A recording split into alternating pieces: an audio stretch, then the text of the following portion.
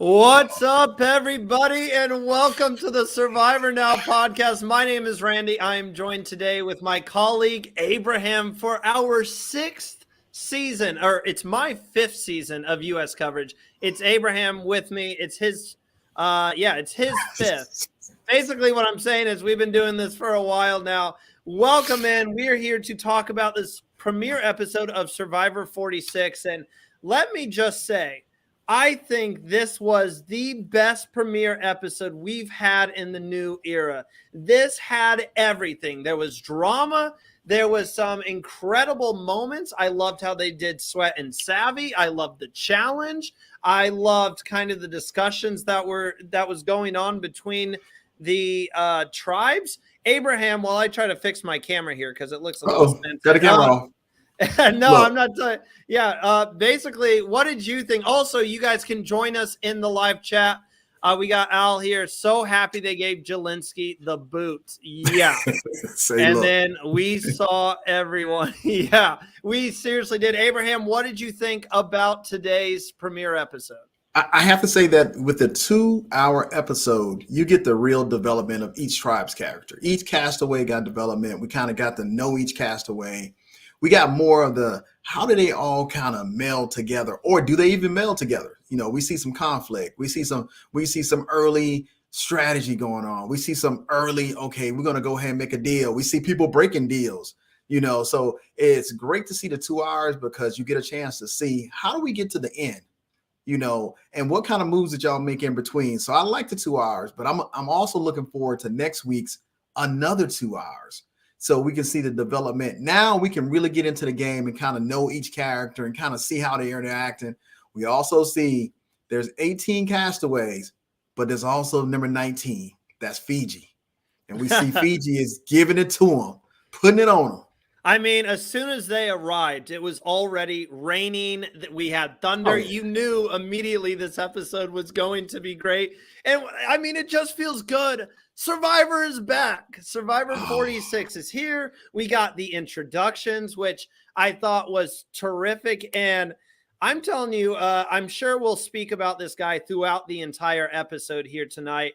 But Trevin gets this opening monologue that he gives us talking about how tough Survivor is. Or not Trevin. I'm sorry. Tevin. I keep accidentally calling him Trevin. Tevin, yes. Tevin is a character. I absolutely love him.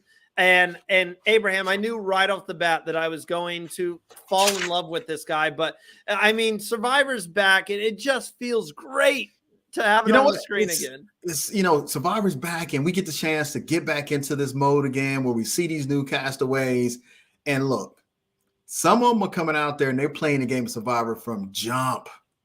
As soon as it's kicking off, they're you have to with just 6 people now. You have to play immediately. 6 people, and you see Tevin being one of them. He's out there, he's playing the game, he's watching, he's listening, and sometimes you just got to sit back. It's a couple of them they're making me nervous already. I don't know which way they're gonna go. We got some emotions running high early, so we're gonna talk about it a little later as we get closer to who's going to tribal council, but. Coming out this first gate, man, starting 46, because we know we fresh with 45. You know, D winner of season 45, that's still fresh in our minds. Now we need somebody to come out and set the tone for the new season of Survivor. So it's a couple of ones I'm like, oh, should I have picked them as my winner pick? I still feel good about my winner pick. I still feel good about my draft choices. Nobody in my draft ones went home. Somebody lost somebody in the draft already, so I ain't gonna talk about them. Kara lost her winner pick tonight. Look, he went out there quick too. We're gonna talk about it, but when we get to it, I want to say that development from start to finish, I felt like Survivor hit all the key points in this very first episode of character development, competing in challenges, identifying who may be a threat, who's not a threat. You know, we got idols popping up on the very first episode. And I actually like the way we are going to get to how they do the idols, or how they did the idol this episode, and the Beware Advantage and all that. Oh, yeah. Ken's, I see your comment. I've started. I'm going to come back to that at the end of the show. Okay. So yeah, I'll if I see a comment that you guys leave and it's going to fit into one of the topics later on, I will get back to it. I'll star it. We'll get to it later on. Real quick, before we get into it, there's a little bit of housekeeping. Uh-oh. If you do like our content while you're watching the video, go ahead, hit that like button, subscribe to the channel. We are just a little over 100 people away from 1,000 subscribers on YouTube. So that is a huge accomplishment we're pushing for. Also, Tegwith and Kara are both in New York, your Survivor Social girls. They are in New York at the Bryson Wynn Present. We're not here. We're not there this year, but go over to Bryson Wynn Presents Instagram. You'll see Tegwith covering their story, or go to our Instagram at Survivor Now Podcast, and you'll see Kara covering our story. So it's really cool. She got to talk to Jam earlier about who he thinks is going to win and all that. So they're having a fun time for sure. Well, let's get into this, Abraham, because we've got 2 hours of stuff to cover here. So they get right into it. This is a common new era thing at this point, and that was the first challenge. They get muddy. They have to carry these very, very heavy-looking puzzle pieces, and basically the winning tribe wins their supplies, a machete, a pot, their flint. Second place gets to choose Sweat or Savvy, because another staple that we've been doing in this new era. And the third place are the losers. I really hate how Jeff keeps doing that. And if you come in last, you are.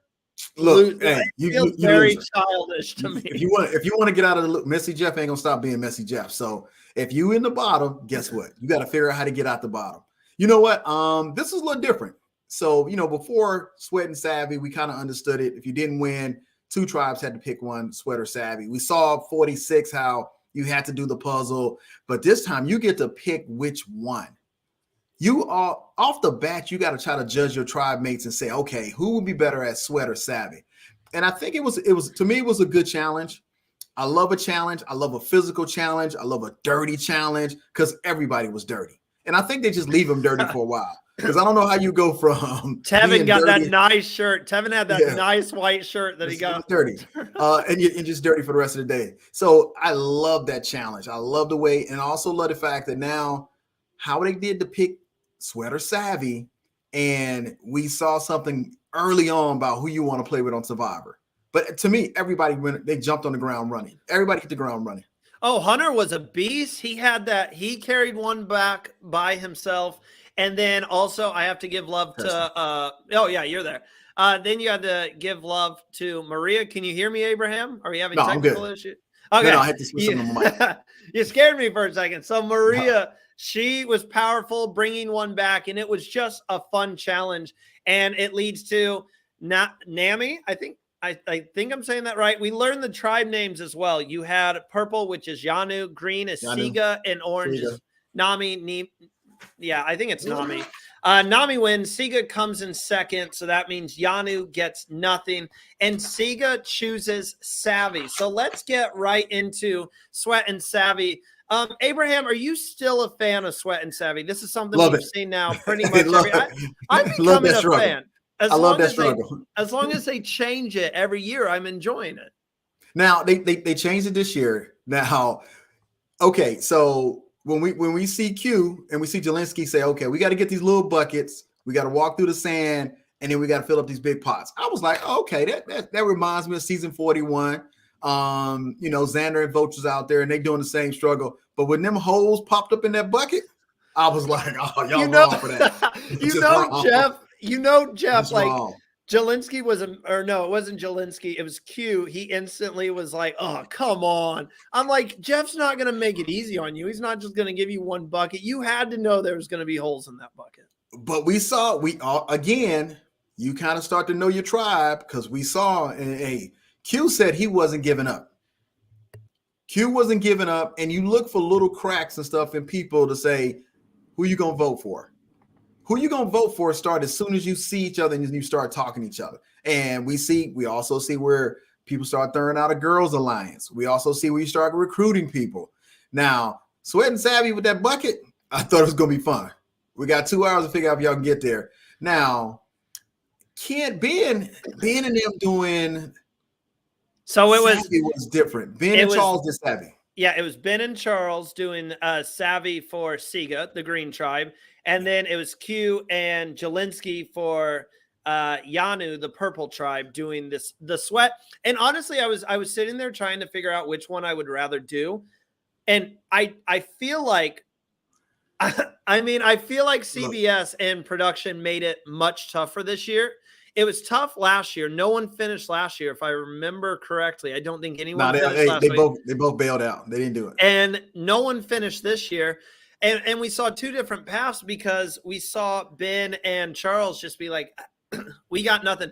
And when they showed Abraham the words, they showed it as like you have to pick words out and then make like a phrase that says dig under no, wait a minute. Whatever. Dig under the instructions was on the instructions on the box was look under the box.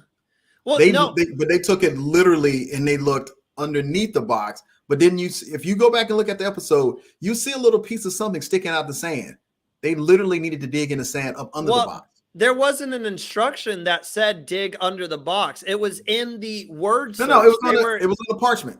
It was on a parchment paper. Are you sure? I don't think look. You got to look at that episode. I don't think it said. You got to go back and look at that parchment paper. It says, "Hey, look under the box." That's why they were looking under the box. They didn't pull the words out.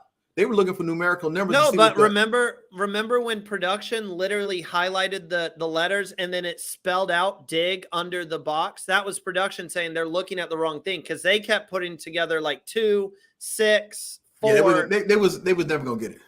That's why I was sitting there and I was like, have we gotten, no matter who's right or wrong here, have we gotten to a point where it's too challenging? Like, I understand I understand we want it to be challenging, but I almost feel like you could put the smartest people on that like puzzle, how they had it, and give them all day to do it from 7 a.m. to 9 p.m. at night. And I almost feel like no one would figure that out. We playing the game of Survivor. You're setting the tone. You seen who gonna be loyal to each other. You seen who can play together, who can bond. Because if you go back to Q, they said, hey, he said either we're going to bond together through this challenge or we're going to separate. So it has a purpose in there. It's not just Sweat and Savvy. It's a part of the game. Do you put your castmates and say, look, we struggle through that together? Also, that's 2.5 hours of communication. 2.5 hours you can sit there and communicate. You can build rapport. You can create an alliance. It's so much stuff you can do in that time. Yeah, you may not get it, but you got to remember now, let's go back. Jeff said, if you don't get it, you will receive it after the first challenge. So you looking at 1 or 2 days where you might not have fire. Now, if you was at home and you got picked to be on Survivor, you should try to figure out how to make fire without flint. I mean, at the end of the day, you can make fire because it's a part of the game. So I wouldn't take it away. I wouldn't make it any easier. You just got to figure out how to get through it because if you go back to season 41, 42, guess what? We got through ours. So it made it tougher for all these new age Survivor players coming in behind to say, oh, we're going to do the same thing. I applaud CBS and production for changing it up and keeping it fresh. Because this time I was like, oh, we're going to do the same Sweat and Savvy. It's going to be, no, whole different ball game. I like that they changed it up. But then on the other side of things, you look at the Sweat Challenge and Q is this absolute beast. Never give up. I'm going to put everything into it. I really do like Q. We heard it throughout the episode how he says, look, this is easy compared to what I've gone through in life. I'm going to really put my best foot forward. And then you have Jelinski, which we're going to talk about a lot this episode. And he doesn't even give Q a chance to do it on his own. Eventually he goes, man, I think we should just quit. We're not going to get this. And he chucks the hourglass. How you gonna chuck the hourglass? You know Jeff was pissed because Jeff just came out and said they don't have the money to do the auction and stuff. Like they're cutting back on finances. I bet they were going to use that hourglass because they filmed the seasons back to back. I bet they were going to use that hourglass. It broke kind of easily. Season. So I look here. Here's the thing. First of all, quit throwing hourglasses. Second of all, you learn something about Q. Because if you're looking at Q, you're looking at Jelensky. Q had already told me, hey, look, I'm gonna use up all the time. I don't care. We're gonna keep do whatever going it until we takes run out to of time. finish it. Yeah, I'm exactly. not gonna quit. You got 26 days. You don't have time to quit. If you came on the Survivor to quit, you should not even be on Survivor because it put them. Let's take away Q not quitting. I'm sorry, was Jelensky not quitting right now? Yeah, Let's don't keep that in quit mind. with Q. Yeah. Q would never quit. Jelensky, let's just put that in mind, saying, hey, he didn't quit. And then when we get to a little later in this conversation, we're gonna bring this back around. But you also find out something about some of your tribe mates. Who's gonna stick it out until the end, and who's gonna quit? Now we see Jelensky, and then he threw this. He was like, "Get that thing out of here!" Rocked it. But it was only like an hour and 45 minutes. Y'all weren't even sweating. Y'all didn't even have a little struggle on. Y'all still had 2 hours and some change. His feet. Remember, Abraham, his You're walking feet insane. were bothering. You're walking in sand. Look, that's like walking in loafers. You're walking through sand. Yeah, but No. you know, it's hot sand. Like he's got to walk up Mount Everest. Well, you got shoes. Yeah, man. I mean, you got shoes. I mean, you're on Survivor. You got 26 days. You're on Survivor. Day one. Suck it up. Day one. Well, so neither tribe was able to complete it. They both went back. And honestly, both tribes took it decent. Siga applauded Charles and Ben and said, you know what? You gave it your best effort. While Yanu, once they heard that Jelensky quit, naturally it was almost like, you quit? Like, is this guy going to quit on us again? He will. We'll get to that a little bit later. Well, and that's the thing. You judging people off of whatever you can. And Jelensky, you must have didn't look at Survivor before you got here. That should have been a big no. Abraham, who was your favorite Andy Griffith character? This was funny. They had the music. We're gonna get to the Andy Griffith Alliance and everything, but who's your favorite Andy Griffith character? Is it Ron Howard? Yeah, because he became a producer. Yeah. Ron Howard. You're talking Opie. Yeah. I think that was it. Yeah, I mean, but they went way back. I think the thing is, half of that particular thing is in black and white, to tell you the truth. So, and it was Mayberry. I gotta say Barney. Barney's my favorite. Barney and Fife. The thing is, so I live in Indiana. I live in a small town in Indiana, and we actually have a restaurant here, Mayberry Cafe. And so that is centered around Andy Griffith. We have a weekend that was called like Andy Griffith, or it was Mayberry Weekend, which was like this festival celebrating. Like, it's very big in this town. I don't know why it's very big, but it's very big in this town. They have the cop car here. And yeah, so I was kind of geeking out. I was like, this is really, really weird. They got the music on the show and everything as well, which I thought was amazing because like CBS, Paramount owns Andy Griffith. So I thought this was funny, but I had to throw that out there because it was a talking point. Don't worry, we'll get back to the episode now. No, but right. I mean, you know what? I like Hunter. I didn't know how he's going to make it out because he's like, I'm an introvert. I don't have the same energy as Telvin them had. And I was like, but he fits in. He's different, but he fits in, man. And it's like, that's let me tell you something. When you go out here and you play Survivor, you don't know who you're playing with. You don't know their backgrounds. You don't know where they're from. You'll be amazed on what you bond on, and you're in the family of Survivor for the rest of your life. And Hunter and that particular bonding and that energy, it's gonna always be there, man. So that's one of the great things I love about playing Survivor. Oh, I absolutely love Hunter, and we can talk a little bit more about Hunter here because he was one of the people who got in an alliance. Abraham, coming from a former player's perspective, how big are day one alliances? Is there a lot of talk going around camp about who can I bring into my fold that's going to help my game moving forward? I think in once, you got to remember now, in season 41, we assumed we were playing like old Survivor, which gives you a little more time to develop and see who you can actually create an alliance with. More time, more days, everything else. This new era Survivor, and season 46 has the ability to go back and look at season 41, 42, 43, 44. So you coming out the gate talking about alliances. To me, I would have been a little more subtle about it, and I would have let somebody else speak first. because we see how it kind of backfired on one of the tribes where somebody threw something negative out about somebody. You can't move too fast to Survivor. I know it's 26 days, but you still got to say, hey, you know what? Wouldn't mind working with you. But you got to find like Hunter and then bonded on Andy Griffin. You got to find something to bond on first. Then you say, you know what?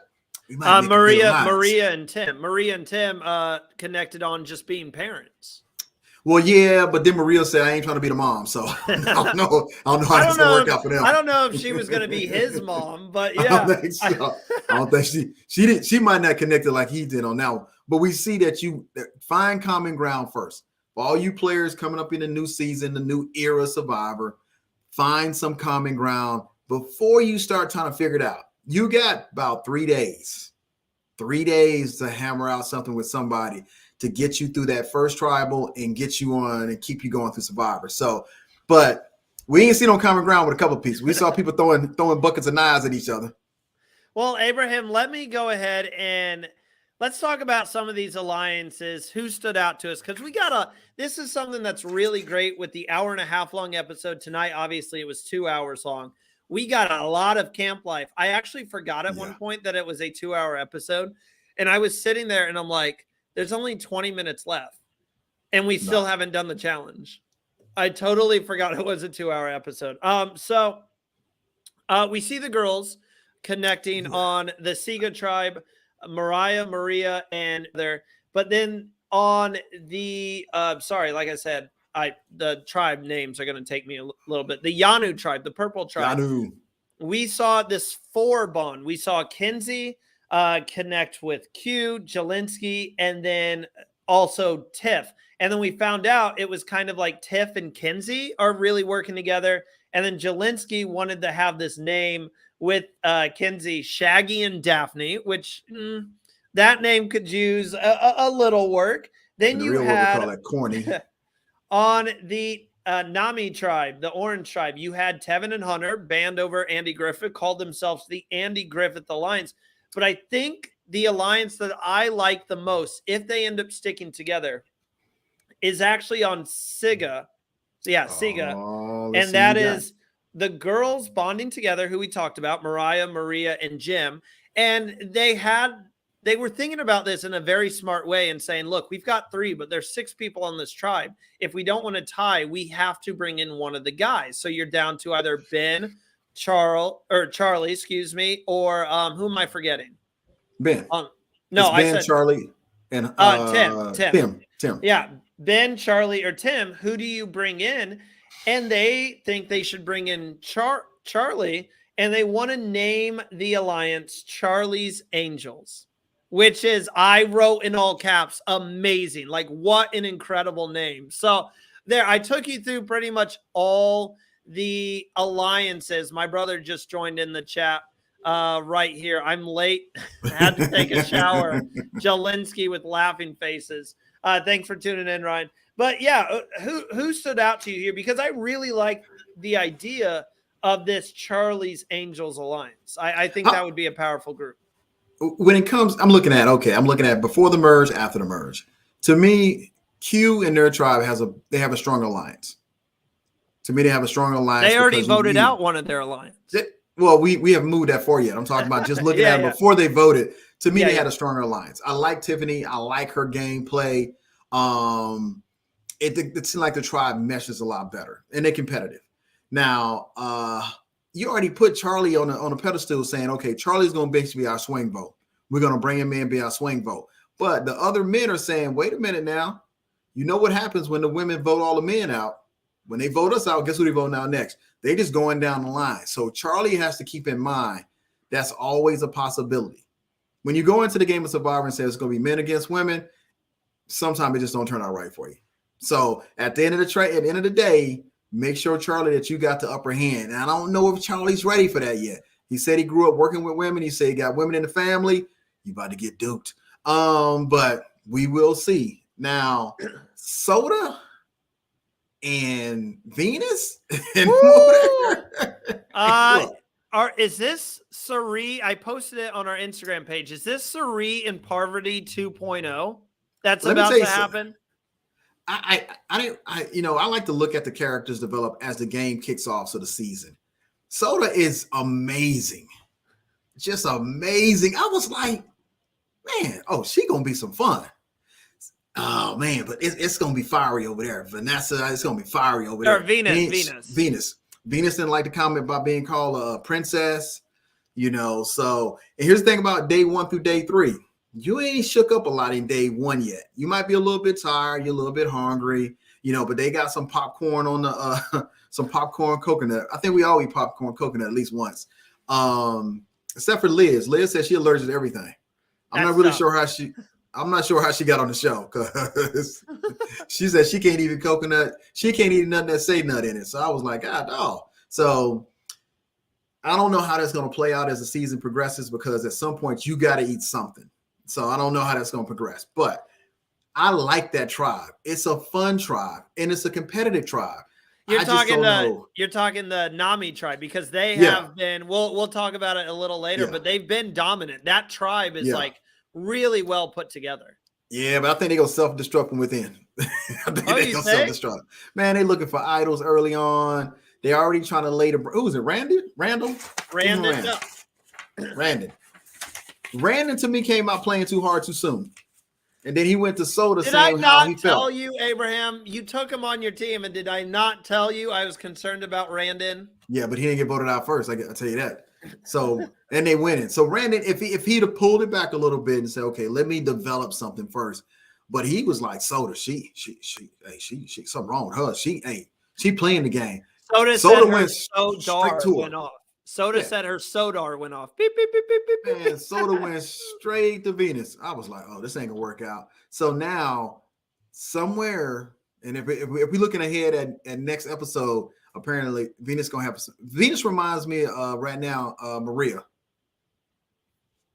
No, I'm sorry, not Maria. Who was that? Fire Latina? No, Fire Latina. She was on the show. I just saw her on I Twitter. Can't help you out here. Oh my gosh. You know who I'm talking about. I would if I saw them. I can't pick them out of my brain. Oh, you can't pick them out. But she played in Survivor, fiery attitude, didn't know which way she was gonna go. How does she not remind you of Parv? I'm sorry, she is like literally Parvati 2.0. She is literally Parv. In what perspective? Not only the way, obviously, she has the looks, but literally her eye rolls, the way she's acting, how she's like, I'm coming in here to fuck shit up. It's Parvati. No. Hey, you go with TV if you want to, but no. My brother, have to add this. Just concerns me. She seemed very quiet already. I'm interested in seeing if she can make it. Yeah, it'll be interesting to see how far she can go. But yeah, I cannot believe that you don't think Parvati with Phoenix. I was like, this is Parv 2.0. I cannot. Oh, you know what? I got her picture, but I can't remember her name. Well, do you know what? She don't. Do you know what season she was on? She was on the season where Jeremy won. She was on the season Jeremy won. Oh, you're going way back.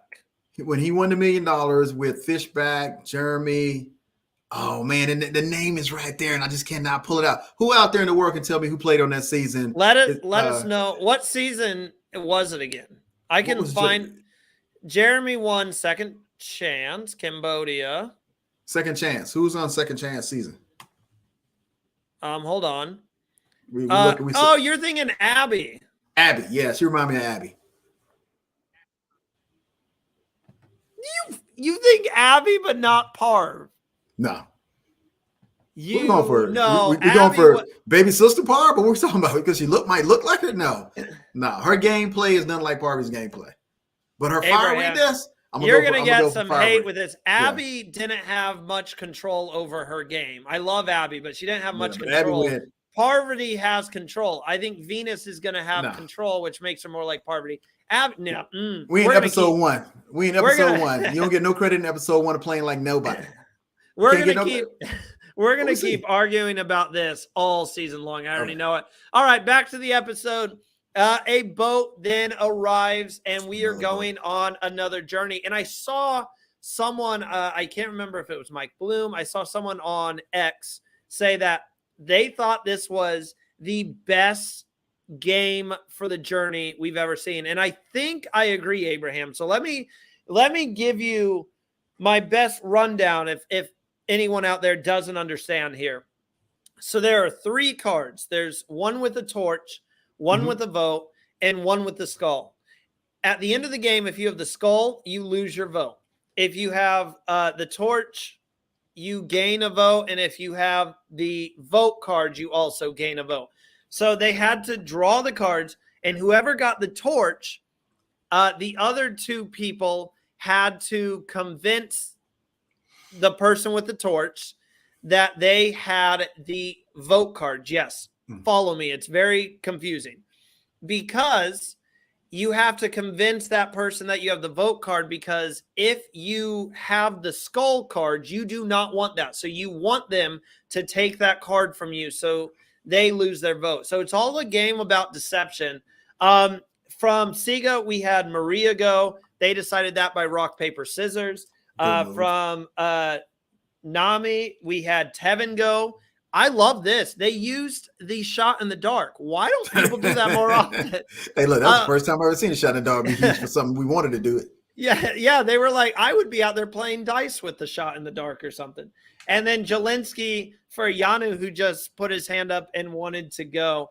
So Maria got the torch. And then this was a mess for Jelinski, because Jelinski goes, I won't lie to you.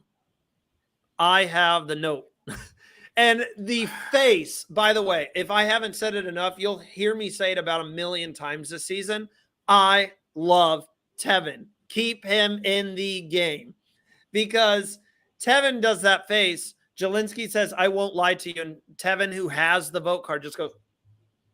Tevin, like, hey, look. Tevin said, I'm going to tell you the truth. he said, I'm going to hit you with the truth bombs. You know what? For all you future Survivor players, I don't know why y'all don't look at the title. It says outwit, outplay, outlast. If your intent is to be the exact same person you are when you leave home to come out and play Survivor, you will not be that good at it. You will have to change some things about yourself to come play this game. And this game requires that you play it in order to be victorious in it. So we got it. We got Jelinski out there. And I think at first I was like, okay, he's going the right way. I would probably say, okay, let me see if I believe him, because Telvin already said, I'm telling the truth. I'm gonna hit you with these. He started off right. He said, I don't want to lie to you. And once again, another Randy here. Jelinski played the game terribly. He quit. He deserved to go. We'll get to him going a little bit later. Yeah, but he just quit out of nowhere. Abraham, he just said, I've got the skull. He said, look, I don't want to lie to you. Hold up. What game are we playing? And again, understand, your game is to try to win. You can't win giving up. That's not going to get you nowhere in Survivor. You give up, it's just going to be another nail in the coffin. And then the way he explained it back to his tribe, they was like, wait a minute, hold up. You saying that you had a chance to get us a vote and you gave up? I said, yeah, I couldn't lie to him. I didn't know. Abraham, I felt bad. If you're on that tribe, what would you be thinking if he came back and said that? I'm voting him out. I don't care what happened the rest of the day. I'm like, hey, look, ding, ding, we got one. We got one. And that's what I'm looking at. I'm like, ding, ding. I needed one way to try to get you voted out, and you gave me 2. Ding, ding. And here's the thing about it is, it goes directly against Q. Like, look, I can't work with somebody who gives up. Now, they still had to kind of convince a few people. So it's kind of interesting that, because you got to understand now, you're still playing Survivor. So do you keep, you know what? We ain't going to get to that yet. We're going to get to it later on down the road, because Jelinski just said, look, okay, let's go back to the game. I do like they didn't have to climb a mountain to do something. Yeah, I love that. They didn't have to go. I just like this. I know you're going to go speak on it more. I loved this because it was a game of deception. And do you lie? Like, how much do you lie? Like, I enjoyed this. Small little challenges like this can mean just the same as challenges with big blocks or a big climb. Like, this was really entertaining to watch. Like, the negotiating go down about who has what, and watching Maria scramble about what she's going to do. Now, for all y'all that want to say, no, I would love to climb up that mountain and walk in Fiji. First of all, it is humid as all get out. You haven't eaten a full meal. You've been out there for at least 24 hours. You ain't trying to climb no mountain in no hot heat.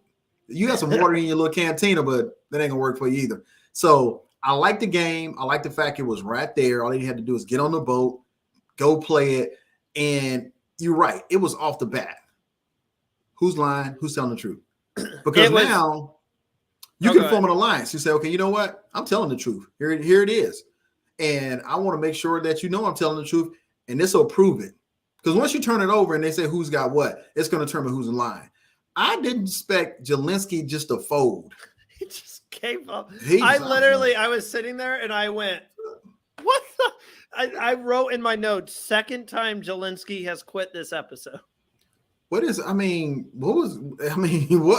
looking like, what was he thinking? Oh, he did say when being from Vegas, you have to know when to fold. I just don't know.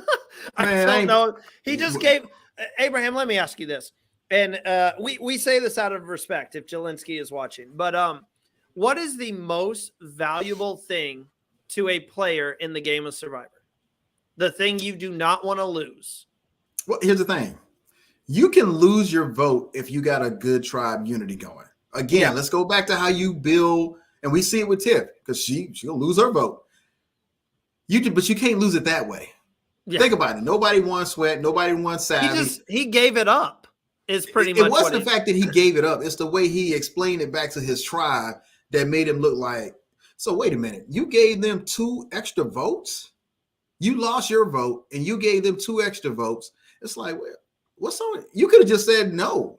You could have just played the game out and lost your vote and said, hey, I played it out to the end.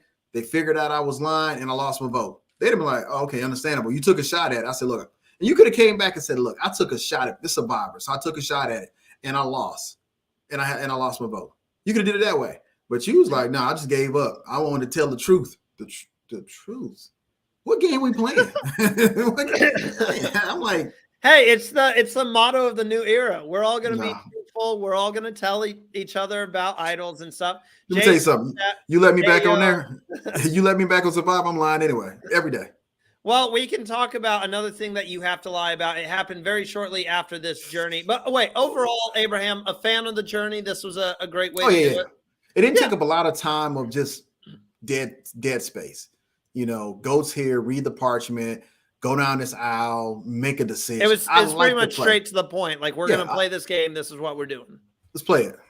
And then first Beware advantage of the season. It was something we saw all episode. A lot of people were out looking for idols and stuff. And Tiffany ends up finding the Beware advantage. Doesn't even hesitate, Abraham. Immediately goes, oh, I'm reading this. In respect to Tiffany, I know a lot of people have Tiffany as their winner picks. A lot of people are very high on Tiffany. And I could definitely see her being a player who is going to play a strong game. But she said something that we've been praising for years, Abraham. Look, we came out here to play. We're not going to overthink this. We are playing this game. So she opens it up, shows Kenzie, which I'm okay with, Abraham. I know we're always like, why do you have to show someone? I think it's beneficial. I think Kenzie was just too. She was there with her. She was there with her basically as a cover. So she could not show her. Now, when she said, hey, we should tell the fellas, that's a whole different ball game. Yeah. Because now you're telling too many people at that point. Well, you playing the game hoping that this is going to garner you a nice four-person alliance. You only got 6 players. Somebody's going to be on the outs. So you got a nice little core alliance. So you bring the fellas in, you let them know about it. But I like Tiffany going out there and saying, I came here to play Survivor. And I love the box. I love that. You got to go dig this box up. You get the Beware advantage, and you got to go back to the same spot, dig up the box, and think of the surprise you receive when you see a key on the box. You're like, oh, there's a lock on this box. I got to find a key. And then you don't get the key until after you go to the next challenge. So I like the way they kind of layered it. It's a whole different twist to the Beware advantage. I love it because they keep changing up. You never know what's expected to Beware advantage. Mm-hmm. And I ain't gonna lie, I went on that rock cliff. I ain't seen nothing, and it was dark there. They had a lot of spiders. Well, they didn't have it hidden back in your season, Abraham. It's just been hidden there since season 41. Let me tell you, TBS. I hope y'all see this on CBS. I hope somebody tune in. Y'all need to send us our torches. You need to go back and send us our torches. I'm tired of looking at social media, seeing all the other seasons getting their torches delivered to their houses. I want my torch. You just got to pay the guy, Abraham, who got it. No, they auction our stuff off. They giving them their torch. They auction ours off.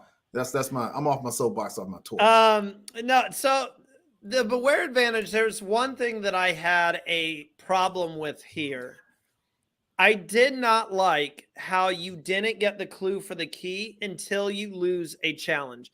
Because one thing that I've never liked in Survivor is teams throwing challenges. And that wasn't the case here. They didn't throw the challenge. But like, if you start doing that, Abraham, tell me if I'm wrong. There's eventually going to be a player who goes, ooh, I really want this idol. I'm going to throw this challenge. I don't think we should be insinuating. I don't think we should be pushing players to throw these challenges because we want everyone to give their best foot forward, put their best effort in.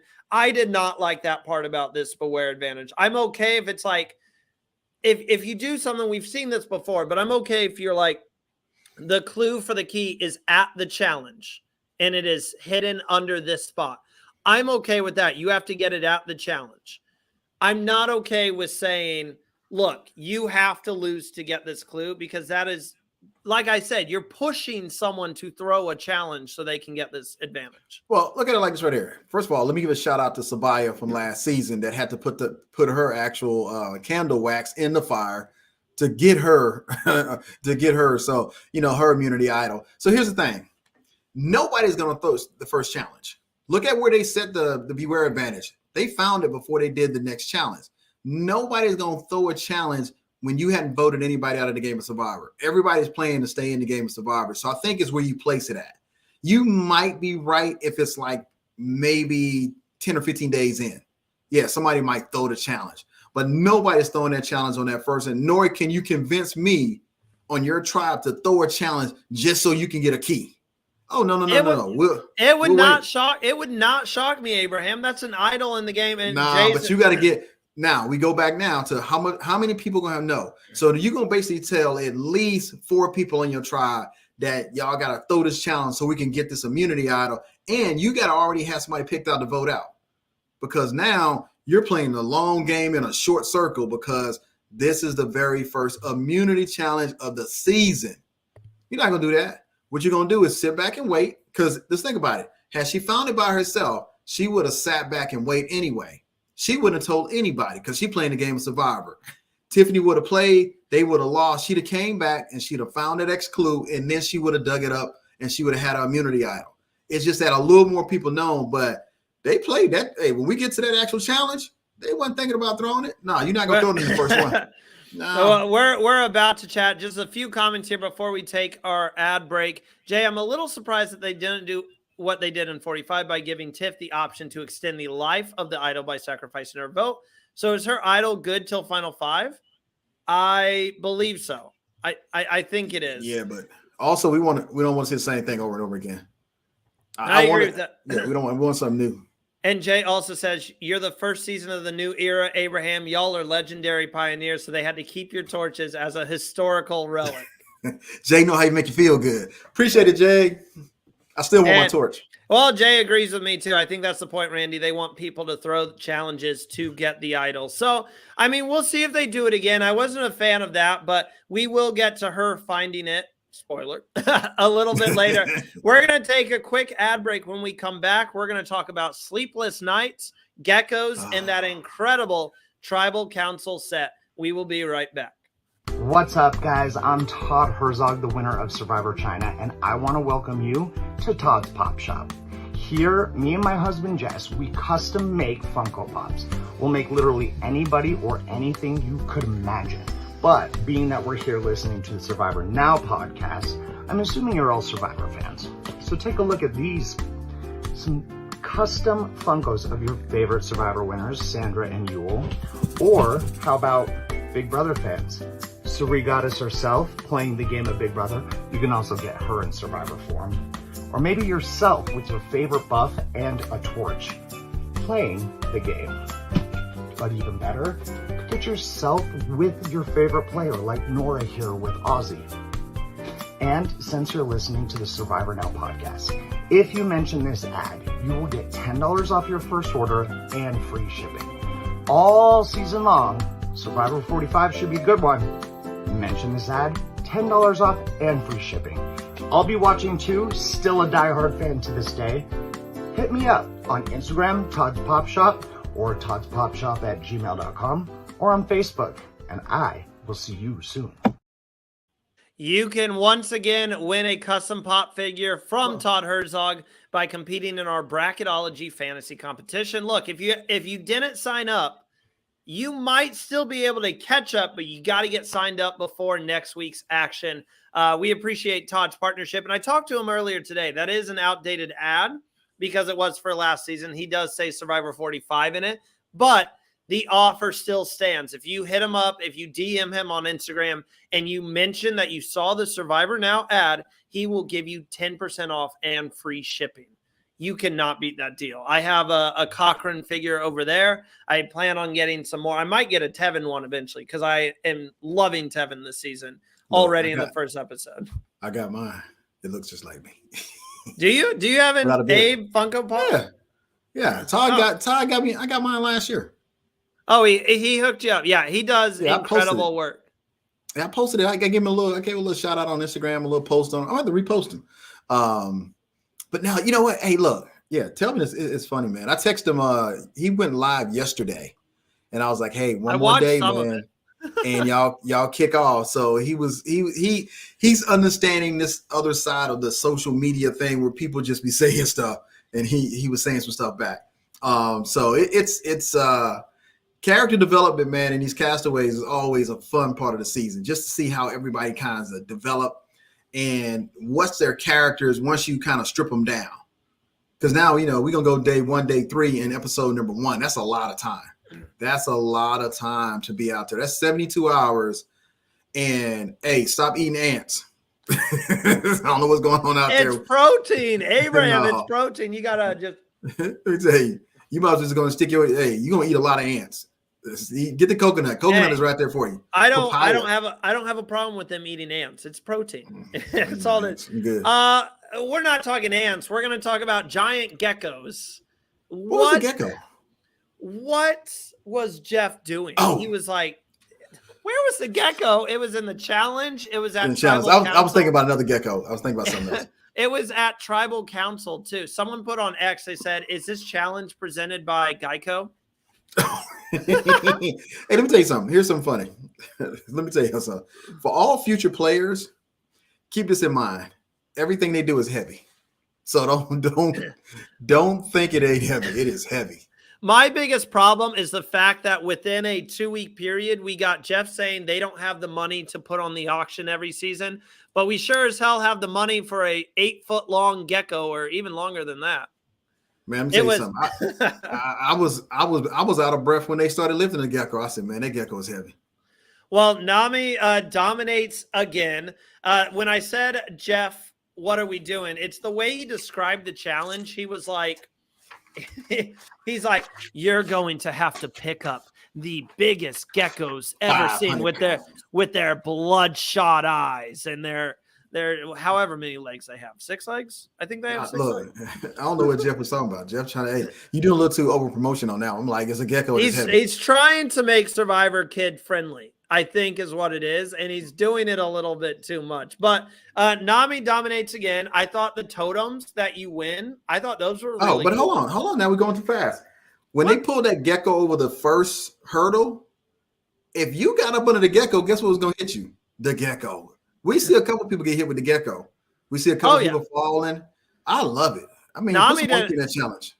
Nami didn't get. I enjoyed the challenge, but Nami didn't struggle at all. They were gone. Siga and Yadi. They were absolutely gone. And then Abraham, they had the same puzzle that you guys had for 41. No, those puzzle pieces. Carson. Those puzzle pieces are smaller. Yeah, no, those puzzle pieces are smaller. The design of the puzzle, you can't change. I mean, the design of the puzzle, but the image of the puzzle is different. But again, those puzzle pieces are not light. They are heavy puzzle pieces. They look like they're just kind of moving around, but you're like, damn, this puzzle piece is heavy. So, and then the more time you got on a puzzle, the better, because you kind of build the image from the 46. I think they were building it from 46 out. So they kind of saw how it developed. Now, if you ever notice on a puzzle, nobody ever walks around to the other side. The puzzle is the exact same on both sides. So you can have somebody looking from the other side and work it out. But again, we see a Jelinski sighting. We see one. Hey, J&J was up there again. Wasn't doing much during the challenge. And then, no, Jelinski is good doing the challenge, but that puzzle. I really thought Nami was going to be a disaster tribe. Someone texted me that earlier too, that they thought Nami was going to be the tribe that really struggles. And it looks like it's Yanu. Yanu 0 for 2 so far. We get an emotional moment with Banu basically saying how no one wants to go home. It's going to be tough to vote someone out. But they just hold on. At first, I'm gonna get Nasir. I'd like to give you a shout out for the night. Is it Yanu? Banu. Sorry about that. We're gonna meet. I'm gonna tell you in person. But here's the thing. Banu I was like, Banu is the guy. I said, man, he Nasir S. He reminded me of Nasir. He's gonna be the provider for the tribe. Yeah. He grew up in an environment where he was sleeping in the hut. He knew things about being outside. Because one thing about being in Fiji, they do let us get a little bit of knowledge of stuff that you can do in Fiji, like the hunting. We learn how to do palm fronds. We don't know how to sew no palm fronds together to make we don't know none of that. Most of us come from the city or somewhere that doesn't do that. So they give us a little thing so we can kind of learn how to do it before we get there. Well, you got him out there. He's like, no, I'm good with this. But he's a little over emotional, and your emotions get more exposed the longer you're out there, because they're taking everything that holds your emotions in place, food, shelter, they starting to get away from you. So it's gonna be kind of interesting. Yeah, he's a little emotional, but obviously I feel like I would be emotional too, losing the first challenge, especially. Like you just have that fear of being the first person to go home, which is like absolutely terrifying to me. You don't want to be the first. Then we got on the other side of the scale, we got Jess that's feeling the impact. She's feeling the impact of being on Survivor. When Jeff and them say, hey, and even myself, when you say, hey, look, it's different when you get out there.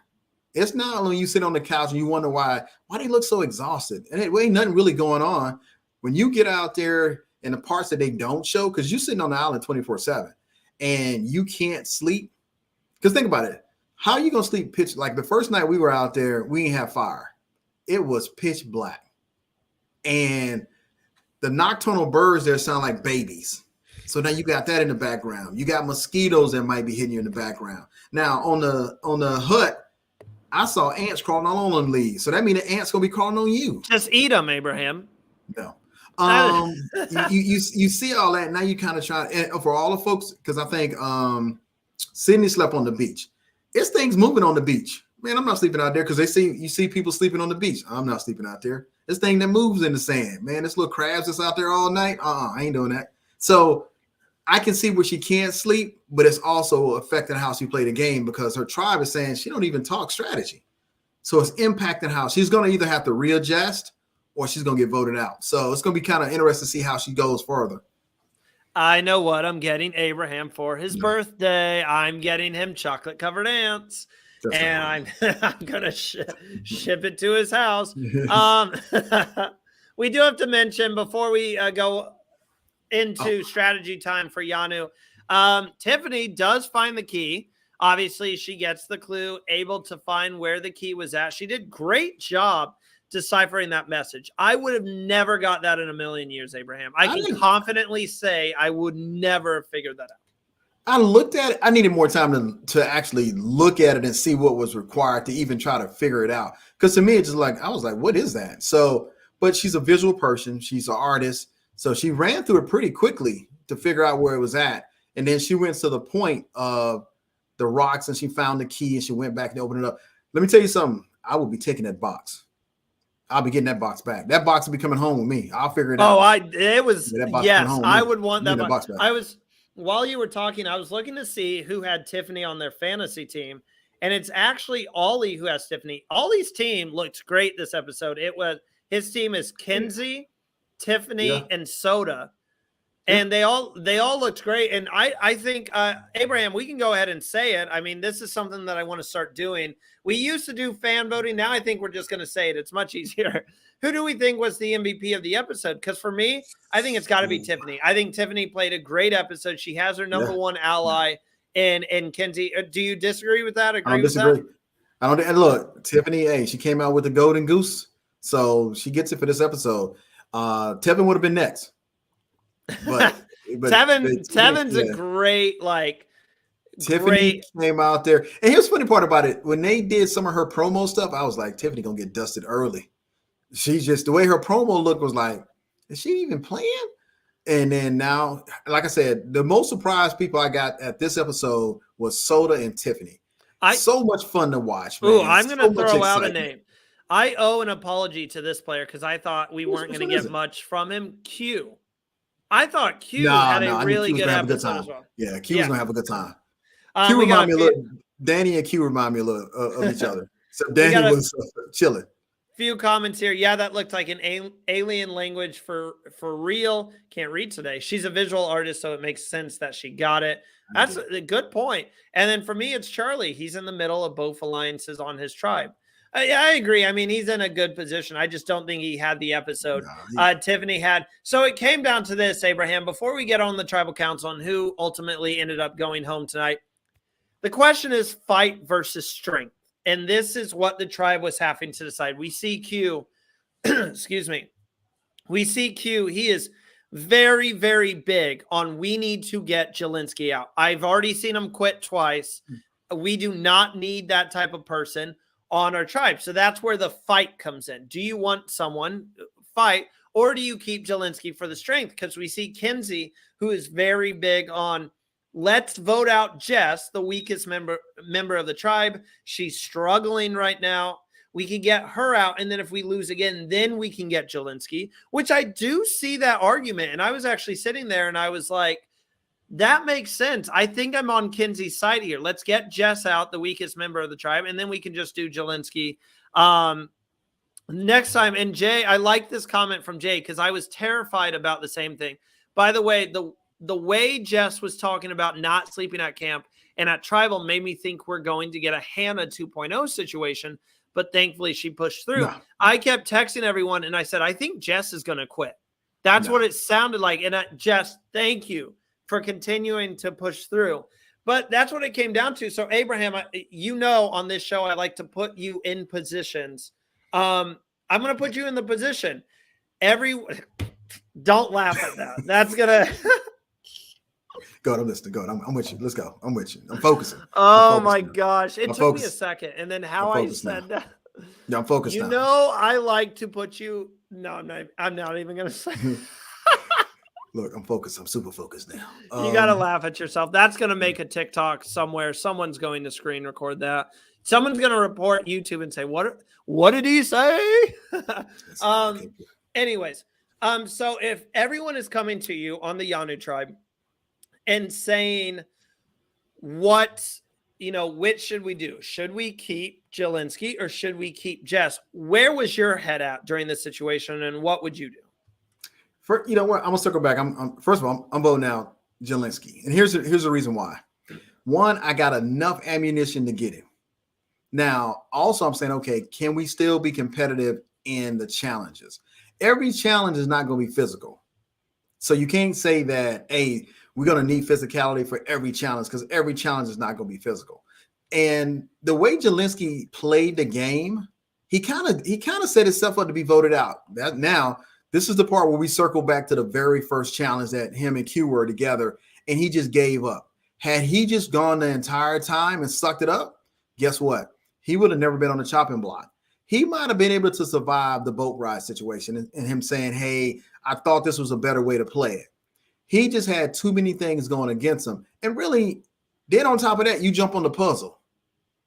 3 strikes, you gone. You jumped on the puzzle, and we see where Liz is yelling at him to get a piece of the puzzle, and he's just not getting it. So it comes down to the fact, can you work with that person, or is that person going to quit? He had already done too many things and said, look, I'm going to quit. Here's a list of it. And then you can't go to tribal council and clown about you quitting.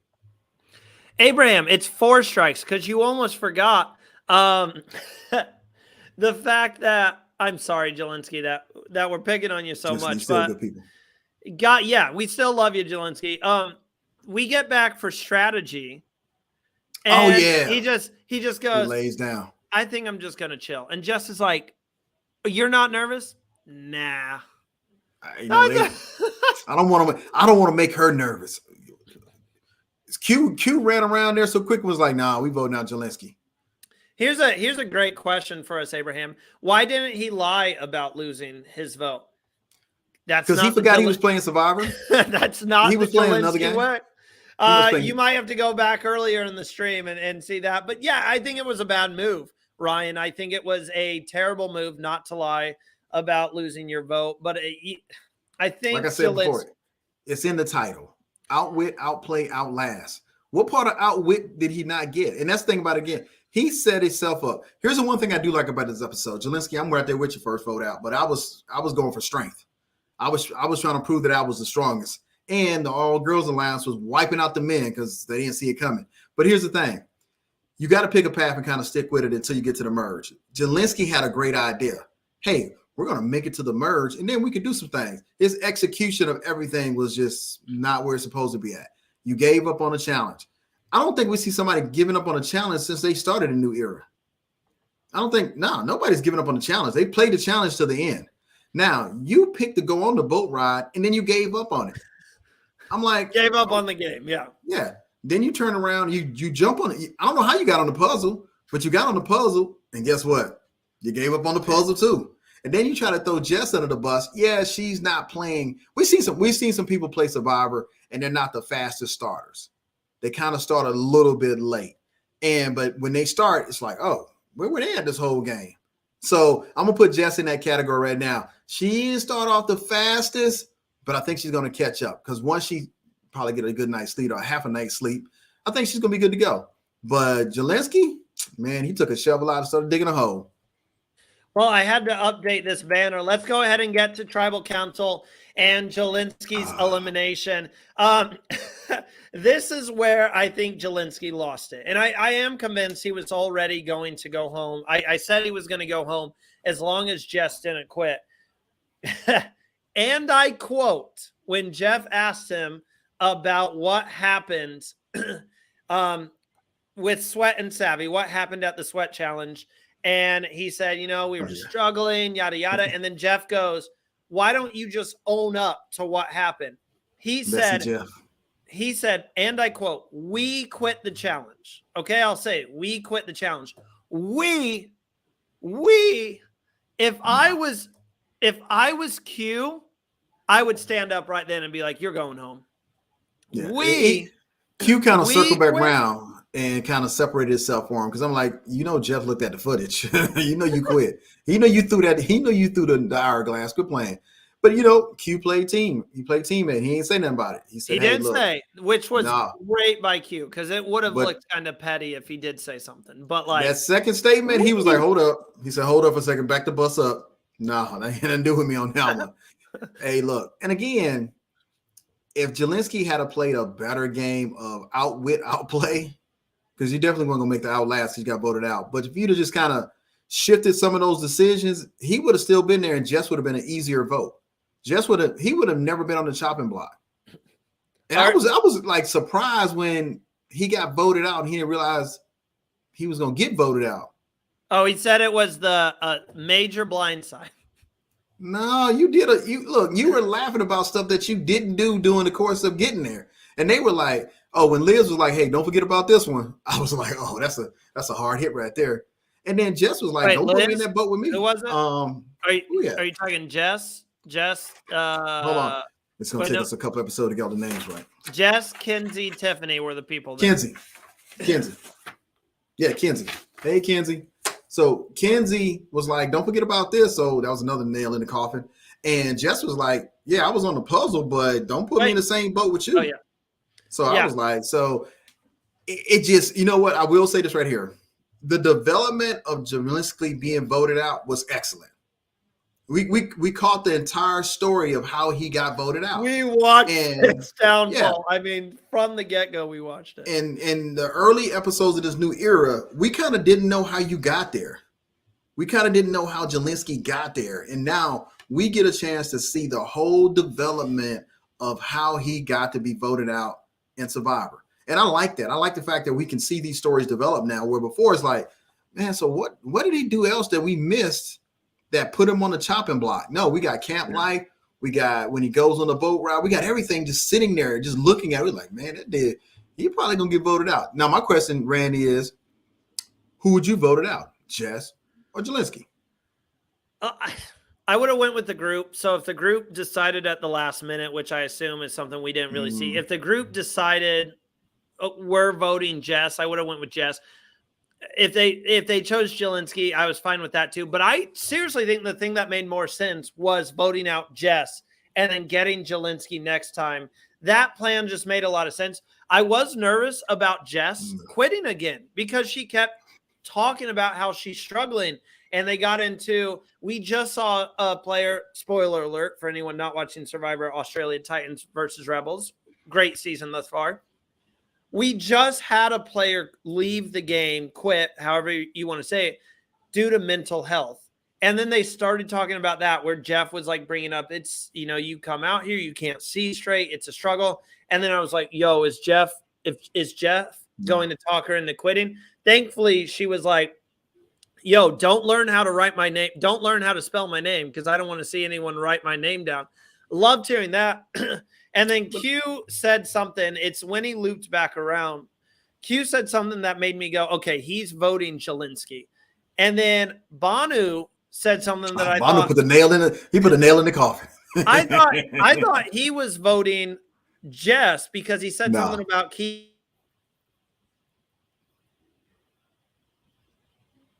I make tonight is going to keep the tribe strong. So I thought he was going to vote Jess. But then as soon as Jeff was like, Banu, are you saying it's Jelensky tonight? And he just goes, it's time to vote.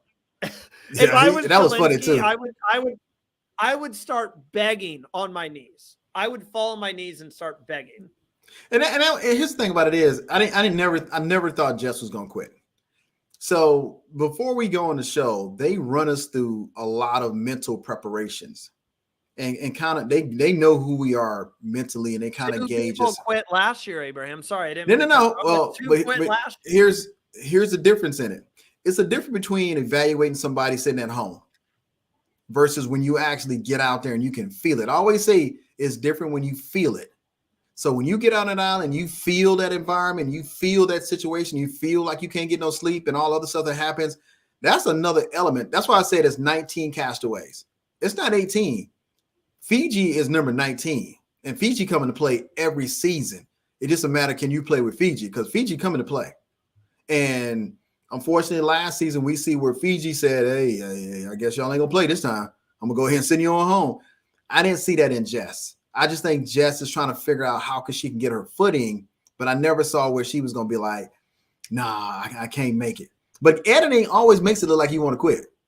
That's their job. So it always looks like she want to quit. But here's the thing about it is, you're right. When she says, look, don't learn how to write my name down on that parchment. I don't want y'all to figure that out.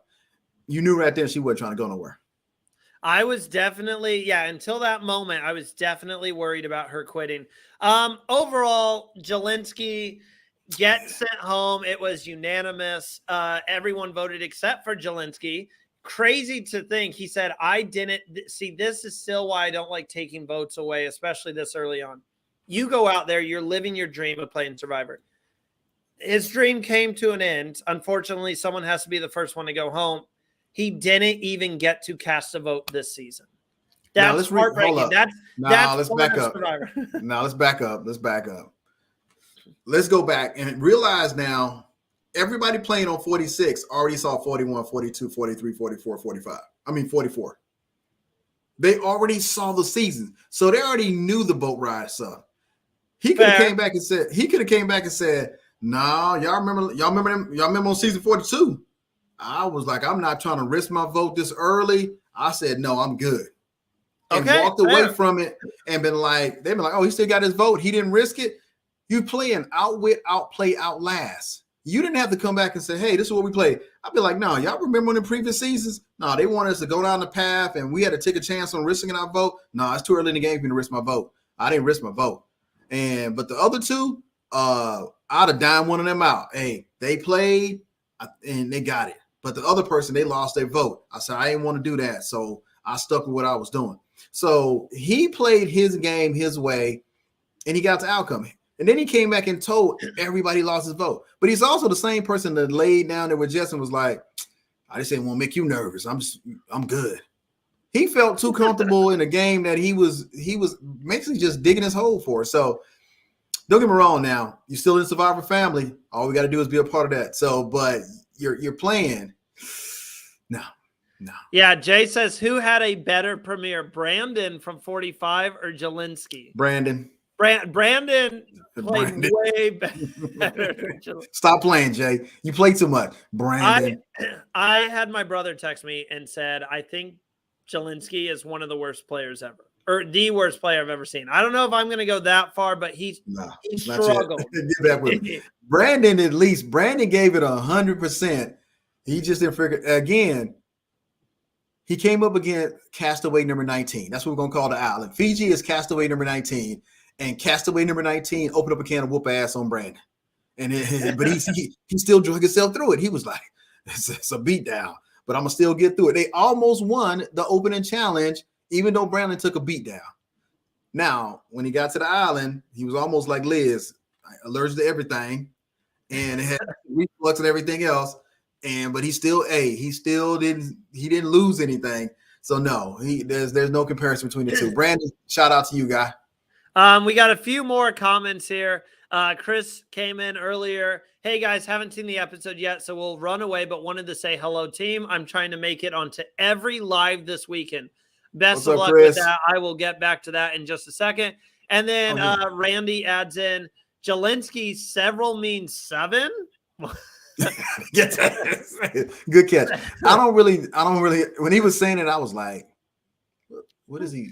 Several to me means 3. Yeah, several. 3. Yeah, it's like a couple, several. 3 or 4. Yeah.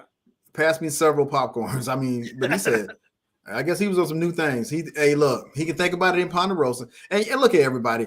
Don't feel bad for him. He's gonna go to Ponderosa.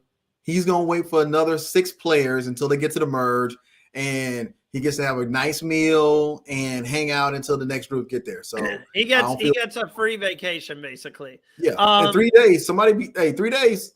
Don't worry about it. Somebody will be joining. And then we do it to talk about, can we talk about the tribal council set and that soft diffuse lighting that Probst used? And also, this was Ken's comment from earlier, kind of off topic, but the tribal council set is fire. I have heard this from everyone. I had 2 friends message me and say, oh, now I'm going to have to, now I have to find that. There we go. I've had multiple friends text me and say that the tribal council set looks beautiful. I agree. It's like an Asian utopia. I don't know if you saw this as well. They have geckos on the wall at tribal council. So last season was the year of the bird. This season is the year of the gecko.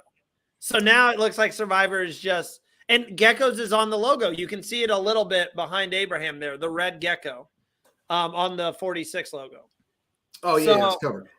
So, yeah, this is the season of the geckos. I guess Jeff Probst said we're not getting Survivor themes anymore, but I guess we're just going to pick an animal each year, and that's going to be the thing.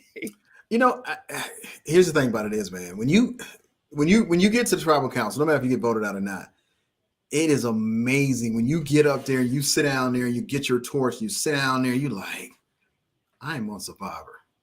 And you're looking around at what they created, and you're like, I've watched other players play the game of Survivor sitting in these same seats, getting ready to cast votes, talking to Jeff, messy Jeff, talking to him, and it's like, now I'm sitting in there. I don't think there's ever been a tribal council, the creation that just doesn't just blow you away. Now, if you think it blows you away on TV looking at it, it's amazing in person. It's an amazing thing just to be there.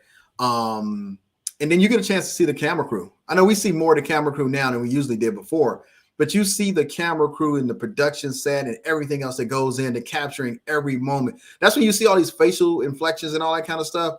They're sitting there on. They make sure they catch everything. And when Jeff says something and they cut to the person, you'd be like, how did they catch that? Man, they are there. It's an amazing thing to be sitting there and going through the process. And you know what? That brought me back to my torch, man. My torch bag. Get Abraham a torch here. Well, CBS. I think we've covered everything from the premiere episode. Overall, Abraham, I think it was a stellar premiere. I seriously think it was the best premiere of the new era. They continue, and we'll see how the rest of the season goes, but they continue to get better with the game they want to do in this new era. 41 was an example for 42. 42 was an example for 43, et cetera, et cetera. And I'm very excited for the season. The cast looks phenomenal. There's a lot of people that I love already. There's some storylines developing that I want to see play out. This was a really great premiere. Yeah, I think 2 hours allow us to be able to see the development of the cast. I really wanted, and I'm happy they never came back to voting 2 people out at once on one tribal council. I thought that was just ridiculous. So, but I enjoy the fact that we see now with the 2 hours, the development of getting to know some of these cast members, even kind of saying, man, I don't like them. I don't even want to see them play no more. If it was just an hour, we would have never gotten the Andy Griffith theme song where no. You can't root for nobody. You can't develop enough of a connection to start rooting for somebody or not rooting for somebody. It looks like Venus might be the fiery one of this season. Or it might have just been one thing they captured and they just teasing us for next episode. But overall, great episode, great development of the cast, man. And I hate to say it, man, Jelinski, because I'm ready to witch because I voted out first too. But they wrote the story on writing them out. And I thought it was great the way we kind of got to see that storyline. We got to see it from start to finish on how he got voted out, which we didn't before. We kind of had missing pieces. I did see a Nasir type sighting, but Nasir wasn't that emotional. I want to see how that kind of plays out the more he's in the show, because you still got to get food, you still got to get shelter, and he's from that background to be able to do all that stuff. So it's going to be kind of interesting. Also, he said he wanted to be the provider.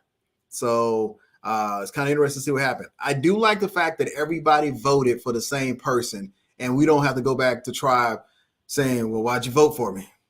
So that's a good thing, too, about everybody staying on the same page. A unanimous vote to begin the season. Oh, yeah. I said Venus reminds me of Parvati. Abraham says Venus reminds him of Abby Marie. Jay says Venus reminds him of Emily. This is going to be an argument all season long. But if you want even more Survivor Now coverage, the show does not end here. We have an exciting week planned for you guys ahead. So, tomorrow night, 9 p.m. Eastern Time, you can catch Tegwith hosting Survivor Social with our new podcaster, Kara. Abraham, we're excited about Kara. She's going to add a lot this season, I believe.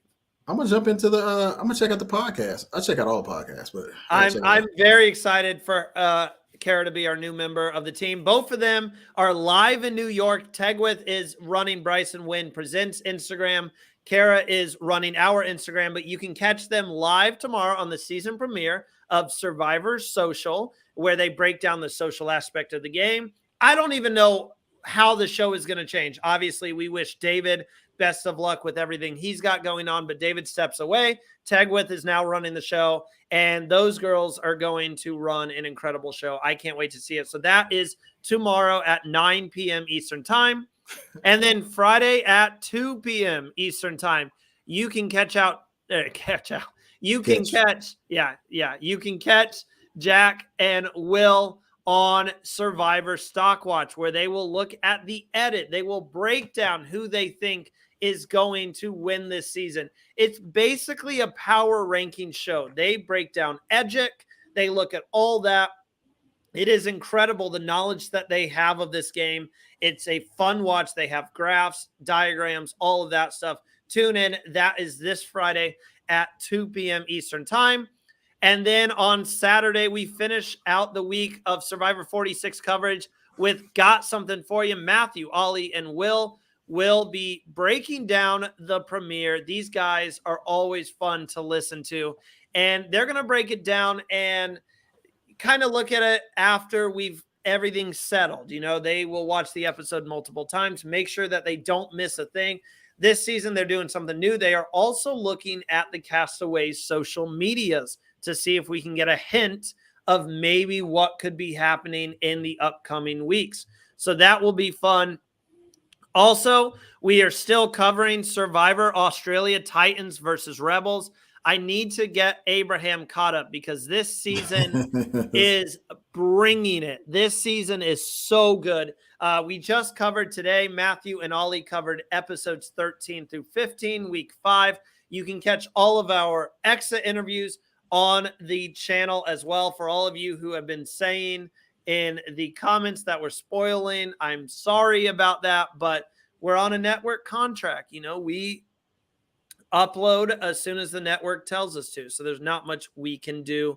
But you can always check out our interviews and all of our coverage at survivornowpodcast.com.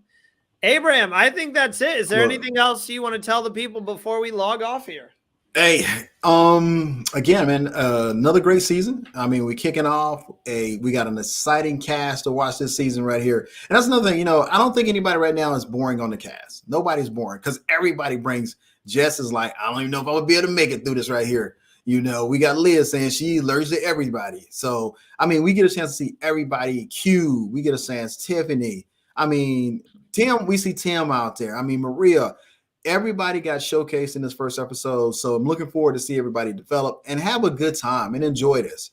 Hey, Bryce and Wynn are putting on the watch parties. I appreciate the watch parties. It gives a chance to come out there and meet some of the Survivor players, past and present. So I will be in New York's finale to see who gets that $1 million check this year. That's going to be fun. So let's enjoy the season, everybody. Hey, and tune in to Survivor Now podcast on multiple platforms, and let's enjoy another great season. If you enjoyed this video, go ahead, hit that like button, subscribe to the channel. Once again, we are just about 109 subscribers away from 1,000. So we really do appreciate the support. We are looking forward to getting the 1K. So thank you for that. You can check out all of our coverage on SurvivorNowPodcast.com. Check us out on our social media, Instagram at SurvivorNowPodcast or X at SurvivorNowPod. Other than that, I think we've covered everything, and we will talk to you guys next week after another 2-hour episode of Survivor 46. Have a great day, everyone.